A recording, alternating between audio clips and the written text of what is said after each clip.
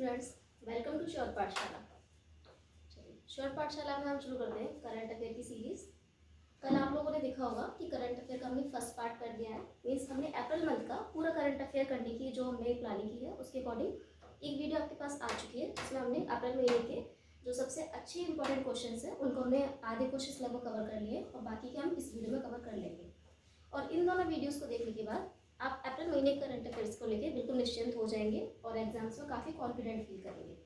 तो चलिए शुरू करते हैं अप्रैल महीने का दूसरा करंट अफेयर का जो सीरीज़ है। तो काफ़ी सारी चीज़ें हमने कल देख चुकी थी, हम देख लिया था हमने, बाकी चीज़ों को आज हम देख लेते हैं। तो कल हमने इंपॉर्टेंट डेज वगैरह सारी चीज़ें देख ली थी और आज हम कुछ इंपॉर्टेंट फैक्ट या जो संधि समझौते हुए हैं, जो इंपॉर्टेंट अपॉइंटमेंट्स हुई हैं, उन सबके बारे में आज देखते हैं। तो सबसे पहले इसमें हम देखते हैं कि इंडिया और फ्रांस के बीच एक एमओयू साइन हुआ है। मीन्स एमओयू होता है मेमोरेंडम ऑफ अंडरस्टैंडिंग, ये एक तरह का समझौता होता है। मीन्स एक तरह का समझौता हो जाता है, इसको हम एमओयू बोलते हैं, मतलब सरकारी भाषा में इसको एमओयू बोला जाता है। तो यहाँ पे मैं प्रॉपर तरीके से लिख भी रही हूँ ताकि आपको कोई दिक्कत ना हो, क्योंकि सिर्फ मैं बोल बोल के बताऊंगी तो हो सकता है कि आप नाम लिख पाओ अपना पूरा और मिस हो जाए। तो प्रॉपर तरीके से मैं पॉइंट वाइज लिख रही हूँ और जो एडिशनल इन्फॉर्मेशन है हो सकता है उसको मैं बोल बोल के बता दूँ। तो इंडिया और फ्रांस, इंडिया और फ्रांस के बीच एक एमओयू साइन हुआ है।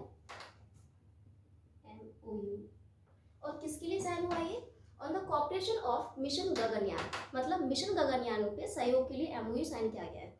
तो मिशन गगनयान पे एमओयू साइन किया गया है, इसको हम देखते हैं।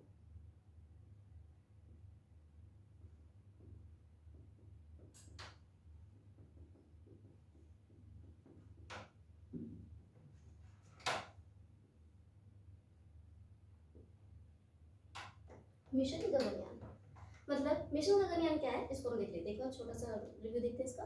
तो मिशन गगनयान हमारे भारत के द्वारा भेजा जाने वाला पहला अंतरिक्ष मिशन है जिसमें मानव जाएंगे, मतलब मानव सहित जो अंतरिक्ष में मिशन भेजा जाएगा वो हमारे भारत का पहला है, जिसकी जो लॉन्चिंग है दिसंबर 2021 के अंत में लगभग की जाएगी। और दिसंबर 2021 के जब लास्ट में किया जाएगा तब इसमें एक रोबोट भेजा जाएगा। मतलब ऐसा नहीं कि पहली बार में इसे मानव भेज देंगे, क्योंकि पहली बार टेस्टिंग हो रही है तो हो सकता है इस पर थोड़ा सा टेस्टिंग के लिए कुछ चीज़ों को ट्रायल के रूप में देखा जाएगा। तो दिसंबर 2021 में जाएगा रोबोट के साथ और फाइनली जनवरी या फरवरी 2022 में ये चला जाएगा मानव के साथ। तो मिशन गगनयान क्या है? भारत के द्वारा भेजा जाने वाला पहला अंतरिक्ष यान जो कि मानव के सहित जाएगा, मिशन गगनयान। और इसी मिशन गगनयान पर कॉपरेशन के लिए इंडिया ने फ्रांस के साथ एक एमओयू साइन किया है। ठीक है, चलिए अगला देखते हैं हम। नेक्स्ट पॉइंट, नेक्स्ट पॉइंट है एक प्रोजेक्ट आजकल काफी चर्चा में चल रहा है जिसका नाम है RoPax, RoPax GT project. RoPax GT project, इस प्रोजेक्ट की चर्चा मैं अपनी पिछली कुछ एक आध वीडियो में भी कर चुकी हूँ। एक्चुअली जब मैंने स्टैटिक जीके पढ़ा रही हूँ मैं, उसी में मैंने करंट अफेयर एक दो बार डिस्कस किया है, तो शायद उसमें भी हम लोग डिस्कस कर चुके हैं इसको, लेकिन यहाँ पे इसको और अच्छे से देखते हैं। तो रोपैक्स जीटी प्रोजेक्ट क्या है? ये एक प्रोजेक्ट है, कहाँ पे है ये? उड़ीसा में। उड़ीसा में एक प्रोजेक्ट है और ये प्रोजेक्ट एक नदी के ऊपर बनाया गया है, मतलब on the Dhamra river, Dhamra river, Dhamra नदी के ऊपर बनाया गया है। अभी बनाया गया तो कुछ ना कुछ इसका बेनिफिट होगा। तो यस, ये जो है उड़ीसा के दो जगह है, भद्रक और केंद्रपाड़ा, भद्रक और केंद्रपाड़ा, इन दोनों जगह के बीच की डिस्टेंस को, भद्रक और केंद्रपाड़ा के बीच के जो डिस्टेंस है उसको, ये जहाँ पे पहले 6 घंटे का समय लगता था पहुँचने में, अभी 6 घंटे में से केवल और केवल रह जाएगा 1 घंटे का समय। तो इसलिए काफ़ी इंपॉर्टेंट हो जाता है टूरिज्म की दृष्टि से भी और आंतरिक व्यापार, इन सब चीज़ों के लिए काफ़ी इंपॉर्टेंट हो जाता है, इसलिए काफ़ी चर्चा में भी चल रहा है ये रोपैक्स जीटी प्रोजेक्ट उड़ीसा में धामरा नदी पे। नेक्स्ट देखते हैं। नेक्स्ट पॉइंट है माइक्रोसॉफ्ट जो है, माइक्रोसॉफ्ट काफ़ी बड़ी कंपनी है जिसके सीईओ सुंदर पिचाई। अब इसको हम देखते हैं कि माइक्रोसॉफ्ट ने हमारे भारत में आए दिन कुछ ना कुछ अच्छे सपोर्टिंग काम करते रहते हैं। तो अभी क्या किया है वो देखते हैं।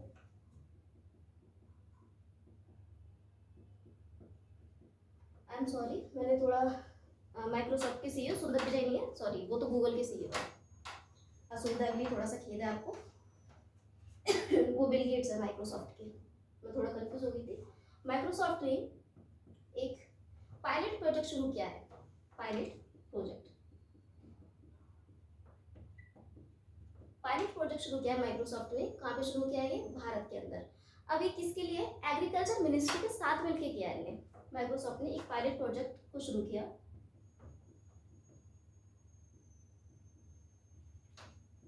पायलट प्रोजेक्ट को शुरू किया है कहाँ पे? भारत में। भारत के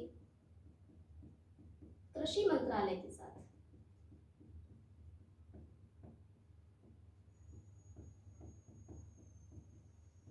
भारत के कृषि मंत्रालय के साथ पायलट प्रोजेक्ट ये शुरू किया है।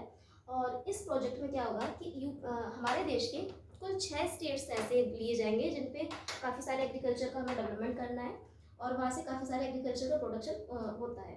तो ऐसे 6 स्टेट्स में से 10 डिस्ट्रिक्ट मतलब 10 जिले सेलेक्ट किए जाएंगे और उन 10 जिलों में से 100 गांव सेलेक्ट किए जाएंगे जिनमें ये पायलट प्रोजेक्ट शुरू किया जाएगा कृषि क्रांति को बढ़ाने के लिए। मतलब एक तरह से कह सकते हैं कृषि में पैदावार को बढ़ाने के लिए ये पायलट प्रोजेक्ट है।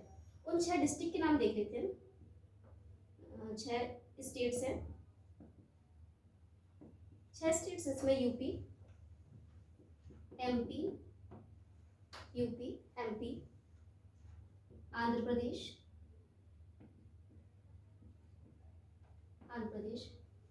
और इसमें राजस्थान, गुजरात और हरियाणा। ये 6 राज्य हैं। इन 6 राज्यों में से 10 जिले लिए जाएंगे मतलब 10 डिस्ट्रिक्ट्स, और इन 10 डिस्ट्रिक्ट्स में से 100 गांव निकाले जाएंगे, 100 विलेजेस। तो ये पायलट प्रोजेक्ट शुरू किया है माइक्रोसॉफ्ट ने किसके साथ मिलकर? भारत के कृषि मंत्रालय के साथ मिलकर।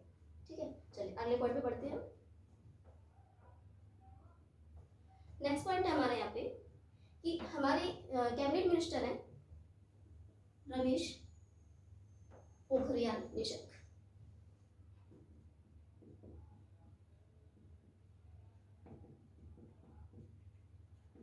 रमेश पोखरियाल निशंक इन्होंने अभी हाल ही में IIM मद्रास की इन्होंने एक वार्षिक दीक्षांत समारोह का इन्होंने उद्घाटन किया है। तो ये क्वेश्चन आ जाता है कभी कभी कि किसने उद्घाटन किया, इसलिए इनका नाम याद रखना काफी जरूरी है हमारे लिए। वार्षिक दीक्षांत समारोह।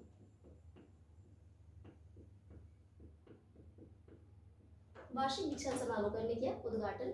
अगर हम बात करें कि हमारे देश का पहला IIM कहाँ है या पहला IIM कौन सा था, तो वो है हमारा फर्स्ट IIM ऑफ इंडिया।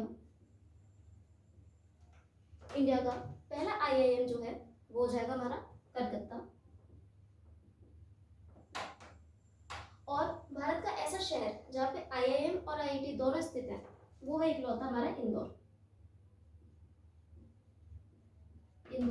जहाँ पे IIT और IIM दोनों हैं।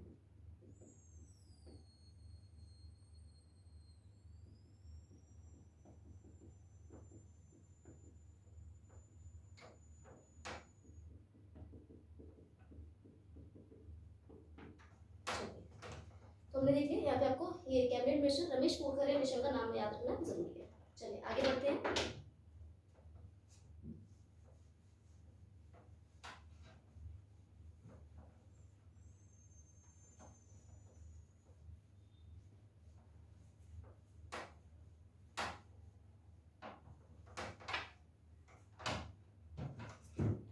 आगे बढ़ते हैं।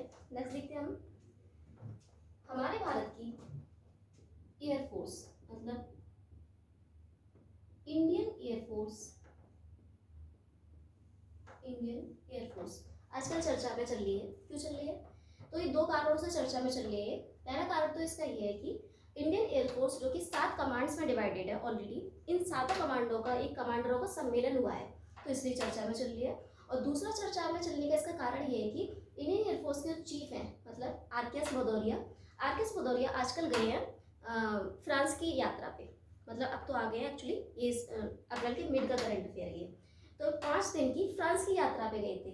एक्चुअली ये क्या है कि कभी कभी यात्राओं से संबंधित जब क्वेश्चन आते हैं तो हम कंफ्यूज हो जाते हैं और हम बिना सोचे समझे मोदी जी का टिक लगा देते हैं। तो ऐसा नहीं है, हर काम घूमने फिरने का हर काम मोदी जी नहीं करेंगे, कुछ काम इनको भी दे दिया जाता है। तो इसलिए चर्चा में चल रही है RKS भदौरिया 5 दिन की फ्रांस की यात्रा पर गए और उनके जाने का कारण ये है कि जो राफेल विमान है जो हमारे देश में और आ चुके हैं कुछ, और बाकी की एक सेकंड पारी और आने वाली है, तो उसके समझौते के लिए आर.के. भदौरिया फ्रांस पर गए हैं। तो देख लेते हैं इसको, इंडियन एयरफोर्स, इसके कमांडरों का सम्मेलन नई दिल्ली में आयोजित हुआ।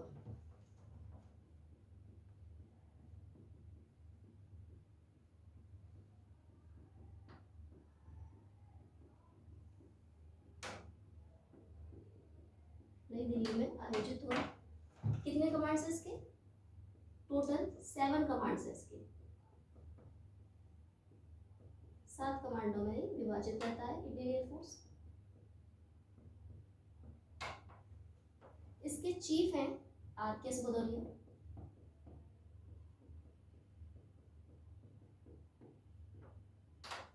ठीक है, इसके अलावा हम इंडियन एयरफोर्स डे की बात करें तो इंडियन एयरफोर्स डे मनाया जाता है एवरी ईयर 8 अक्टूबर को। 8 अक्टूबर को वायुसेना दिवस।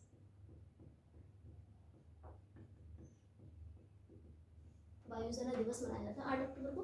अच्छा, 8 अक्टूबर को क्यों मनाया जाता है ये? क्योंकि 8 अक्टूबर 1932 को इसकी स्थापना हुई थी। मतलब भारत में इसकी स्थापना 8 अक्टूबर 1932 को हुई थी, इसलिए इसको हमेशा 8 अक्टूबर के दिन इसका वायुसेना का दिवस मनाया जाता है। और जब इसकी स्थापना हुई थी तब इसको हम इंडियन एयरफोर्स ना कह के इसका नाम था रॉयल एयरफोर्स। Royal air force. ठीक है, तो ये है इंडियन एयरफोर्स से संबंधित कुछ फैक्ट जो कि आजकल चर्चा में चल रहे हैं। और साथ ही आर.के. भदौरिया तो फ्रांस की यात्रा पर गए ही। आर.के. भदौरिया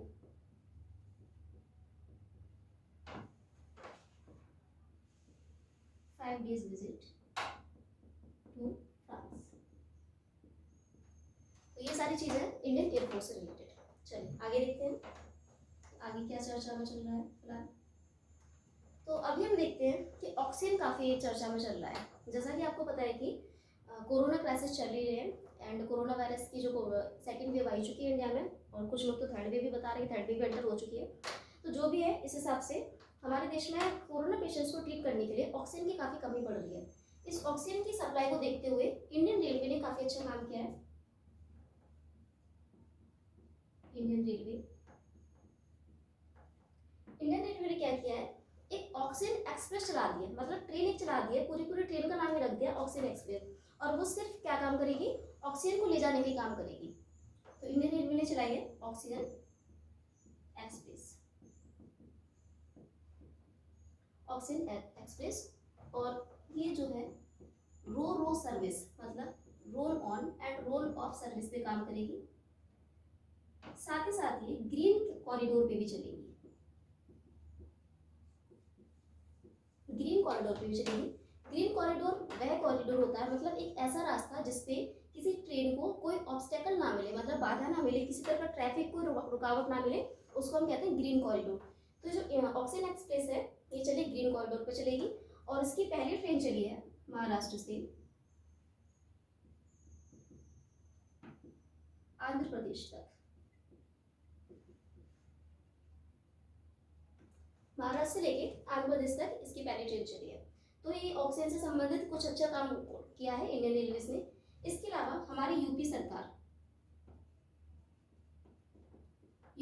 ने भी ये डिसाइड किया है कि अब यूपी में 10 नए ऑक्सीजन प्लांट लगाए जाएंगे। 10 नए ऑक्सीजन प्लांट लगाए जाएंगे, यूपी सरकार ने ऐसा निर्णय लिया है। और ऑक्सीजन से संबंधित एक और चीज़ है जो भी चर्चा में चल रही है काफ़ी, कि हमारे पड़ोसी देश सऊदी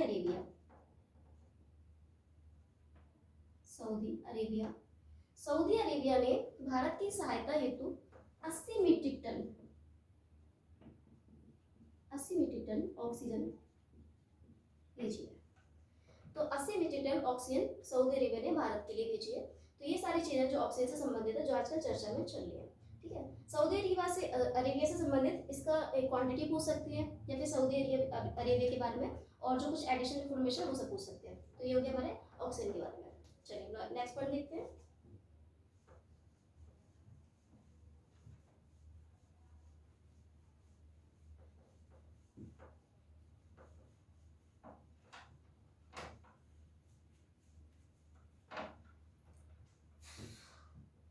सऊदी अरेबिया की बात करें तो अभी ये लगभग 2 कारणों से और चर्चा में है। सऊदी अरेबिया अपने आप में फिलहाल 3 कारणों से चर्चा में, जो कि हमने एक देख लिया कि इसने ऑक्सीजन भेजा है। बाकी एक ये है कि सऊदी अरेबिया ने हाल ही में अपने अपने देश के स्कूलों में रामायण और महाभारत को एज अ सब्जेक्ट ऐड कर लिया है। मतलब रामायण और महाभारत जो कि हिंदू धार्मिक ग्रंथ माने जाते हैं, सऊदी अरेबिया ने इन दोनों को अपने स्कूलों के सब्जेक्ट में ऐड कर लिया है।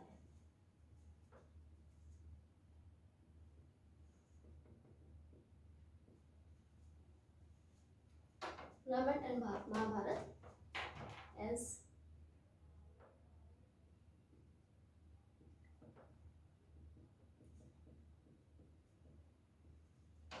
स्कूल्स में ऐड कर दिया गया है। तो इन सब चीज़ों से सऊदी अरेबिया चल रहा है फिलहाल चर्चा में। चलिए नेक्स्ट वन देखते हैं हम।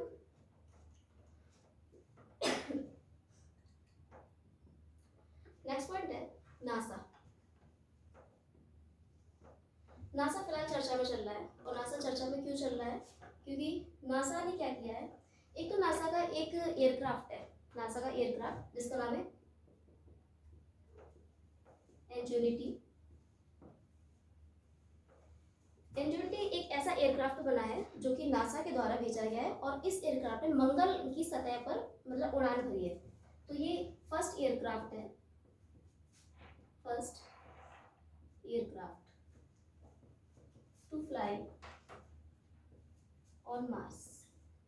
मतलब मंगल ग्रह पर उड़ान भरने वाला ये फर्स्ट एयरक्राफ्ट है जिसका नाम है इंजेनिटी और भेजा गया ये नासा के द्वारा।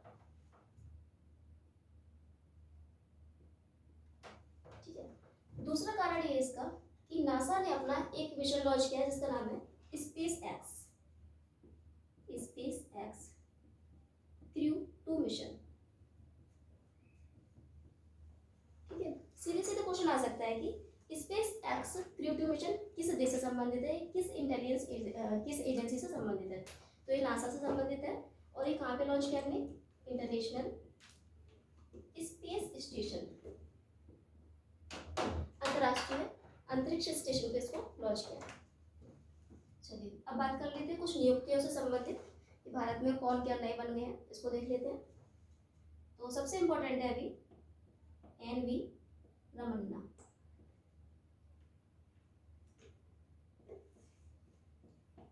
नाथुराम वेंकट रमन्ना ये बन गए हैं भारत के 48वें चीफ जस्टिस, मतलब CJI।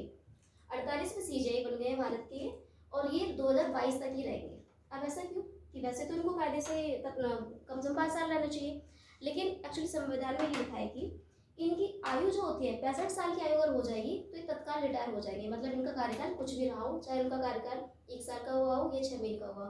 तो इसी कंडीशन को देखते हुए ये लगभग अगस्त 2022 में ये 65 साल की आयु पूरी कर लेंगे, तो 2022 तक ही रहेंगे।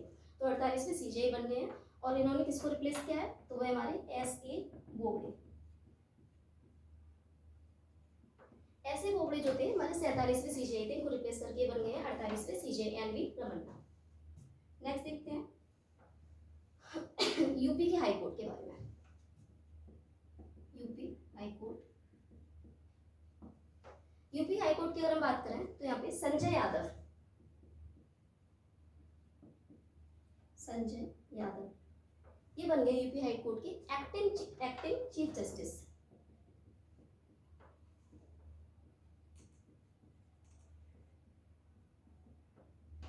एक्टिंग चीफ जस्टिस बन गए, मतलब कार्यवाहक मुख्य न्यायाधीश बन गए ये यूपी हाई कोर्ट के। और मुख्य न्यायाधीश वैसे है कौन? गोविंद माथुर साहब। और यूपी हाई कोर्ट की अगर हम एस्टेब्लिशमेंट की बात करें तो ये 1866 में बना था। ये यूपी हाई कोर्ट का जो गठन है वो हुआ था 1866 में। लेकिन ये 1866 में जब ये गठन हुआ था तब ये आगरा में था।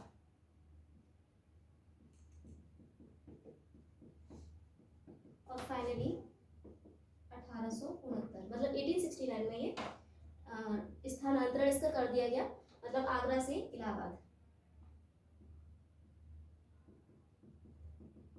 ये स्थानांतरित कर दिया है। और तब से लेके आज तक हमारा यूपी का हाईकोर्ट इलाहाबाद में है और उसकी खंडपीठ लखनऊ में है। और अगर हम सुप्रीम कोर्ट की बात करें तो सुप्रीम कोर्ट जो है 1773 के एक्ट के द्वारा 1774 में बनाया गया था सबसे पहले सुप्रीम कोर्ट, जो कि कलकत्ता में बना था। और फाइनली भारत शासन अधिनियम 1935 के द्वारा इसको ट्रांसफर किया गया न्यू दिल्ली में, और तब से लेके अब तक ये न्यू दिल्ली में सिचुएटेड है। तो हमने कुछ बात करी नियुक्तियों से संबंधित। अगर हम और बात करें नियुक्तियों से संबंधित अंतर्राष्ट्रीय रूप से देखें तो अंतर्राष्ट्रीय रूप से काफ़ी फेमस है, एक हमारा पड़ोसी देश है, मतलब बहुत ज़्यादा पड़ोसी नहीं है लेकिन पड़ोस में आता है, किम बू क्यों। किम बू क्यों, अभी नाम से समझ गए होंगे कहीं ना कहीं चाइना के आसपास से संबंधित है, हो सकता है चाइना का ही हो, लेकिन ये चाइना का नहीं है, ये है साउथ कोरिया का, ये साउथ कोरिया का है।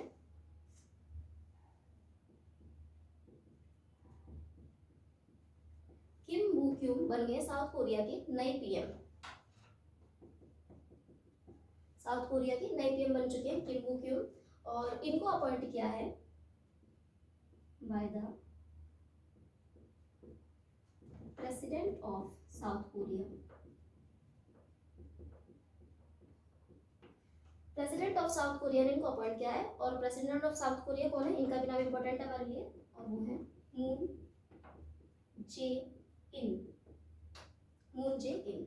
साउथ कोरिया की कैपिटल है सियोल,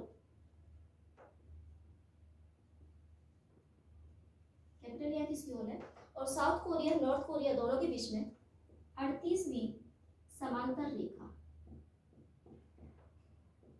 38वीं समांतर रेखा स्थित है।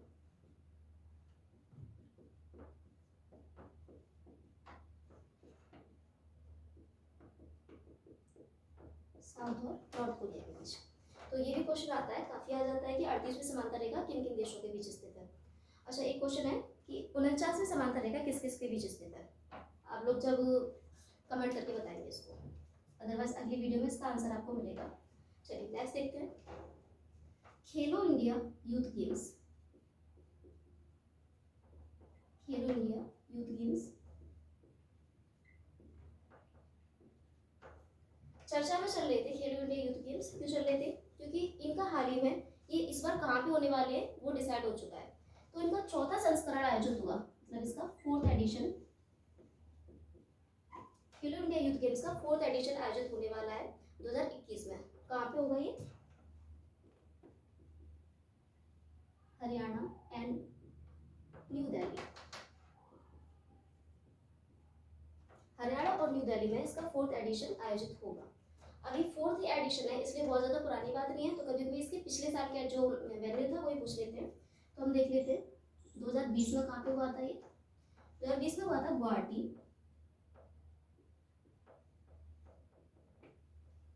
2019 में कहाँ पे हुआ था वो देखते हैं हम। 2019 में पुणे मीन्स महाराष्ट्र, और 2018 मतलब फर्स्ट एडिशन, तो फर्स्ट एडिशन ये हुआ है न्यू दिल्ली में। तो ये खेलो इंडिया यूथ गेम्स से रिलेटेड कुछ फैक्ट्स जो कि एग्जाम्स में आने के पूरे चांसेस रहते हैं।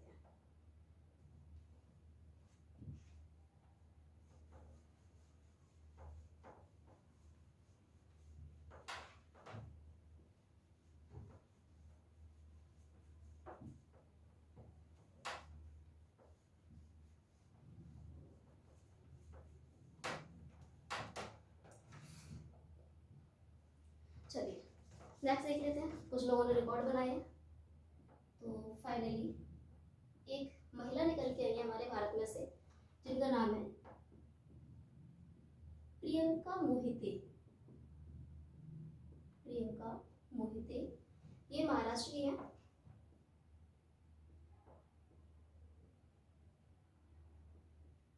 महाराष्ट्र से बिलोंग करती है, और उन्होंने क्या रिकॉर्ड बनाया है, ये बन गई इंडिया की पहली वुमेन, ऐसी पहली वुमेन जो कि माउंट अन्नपूर्णा पे जिन्होंने चढ़ाई की सफलतापूर्वक। तो माउंट अन्नपूर्णा को सफलतापूर्वक चढ़ाई करने वाली भारत की पहली महिला बन गई है प्रियंका मोहिते। काफी ज्यादा चांसेस है कि एग्जाम क्वेश्चन में ये जो क्वेश्चन है एग्जाम में आएगा। First women, first Indian women actually to scale mount Annapurna. Mount Annapurna, ये जो माउंट अन्नपूर्णा है ये दुनिया की 10 सबसे ऊंची चोटियों के अंतर्गत आता है, और ये नेपाल में स्थित है। चलो नेक्स्ट देखते हैं, हाल हर्षवर्धन।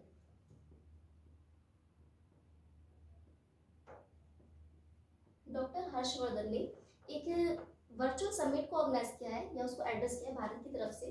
तो वो क्या था? हर्षवर्धन हाल ही में उन्होंने टीबी वैक्सीन पर टीबी वैक्सीन पर वर्चुअल समिट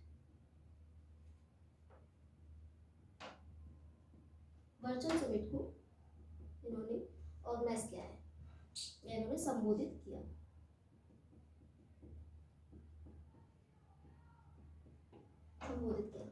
टीबी से रिलेटेड फैक्ट अगर हम देखें तो WHO वर्ल्ड हेल्थ ऑर्गेनाइजेशन ने ऐसा दावा किया है कि 2030 तक दुनिया को टीबी से मुक्त करना है। अकॉर्डिंग टू WHO 2030 तक टीबी का विश्व से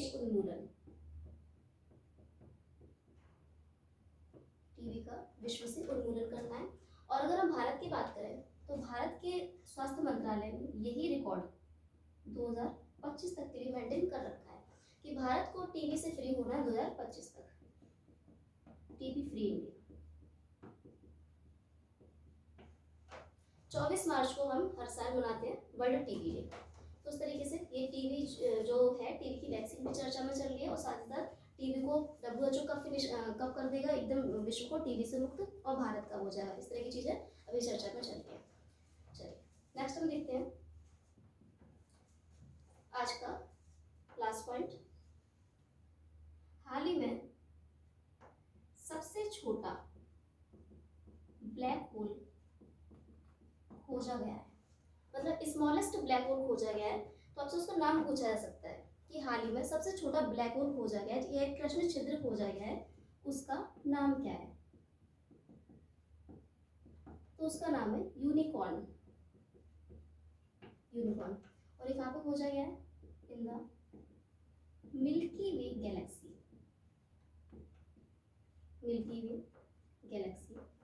मतलब हमारी आकाशगंगा, जिस आकाशगंगा में हमारा सौरमंडल स्थित है, उसी आकाशगंगा में इसको खोजा गया है। लेकिन वो तो काफी बड़ी है अपने आप में, तो उसमें कहाँ? Near the earth.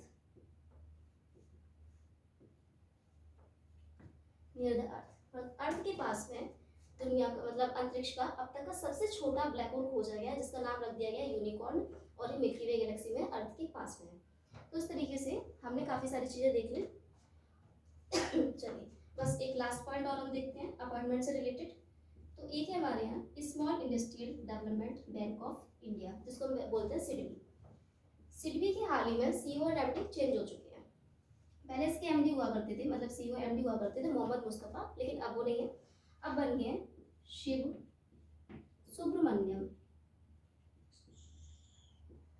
Subramaniam Raman, ये बन चुके हैं सिडबी के नए चेयरमैन या फिर CEO और MD। हेडक्वार्टर इसका है लखनऊ में। चलिए तो इसके तहत हमने आज के इस क्लास में और कल की क्लास में मिला के अप्रैल महीने के सारे जो इंपॉर्टेंट करंट अफेयर्स है उनको हमने डिस्कस कर लिया है। आई होप आपको सब अच्छा लगा होगा, समझ में आया होगा। चलिए मिलते हैं स्टैटिक जीके के अगले नए टॉपिक में अगली क्लास में।